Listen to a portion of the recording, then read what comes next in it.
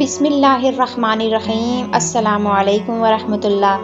ناظرین، آج میں آپ کی خدمت میں نبی پاک صلی اللہ علیہ وآلہ وسلم کی بتائی ہوئی ایک ایسی دعا لے کے آئی ہوں جس کو آپ پڑھیں گے تو انشاءاللہ العزیز آپ کے جسم میں کوئی بھی درد ہوگا یا آپ کو کسی قسم کی بھی کوئی تکلیف ہوگی تو انشاءاللہ اس دعا کی برکت سے وہ دور ہو جائے گی۔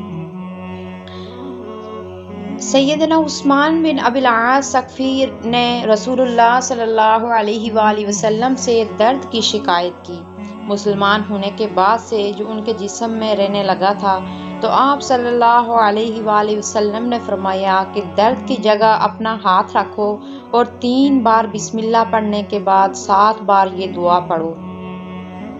اعوذ باللہ وقدرتہ من شر ما اجد واحاذر۔ اعوذ باللہ وقدرتہ من شر ما اجد واحاذر۔ اعوذ باللہ وقدرتہ من شر ما اجد واحاذر۔ میں اللہ تعالیٰ کی پناہ مانگتا ہوں اس چیز کی برائی سے جسے میں محسوس کرتا ہوں اور جس سے میں خوفزدہ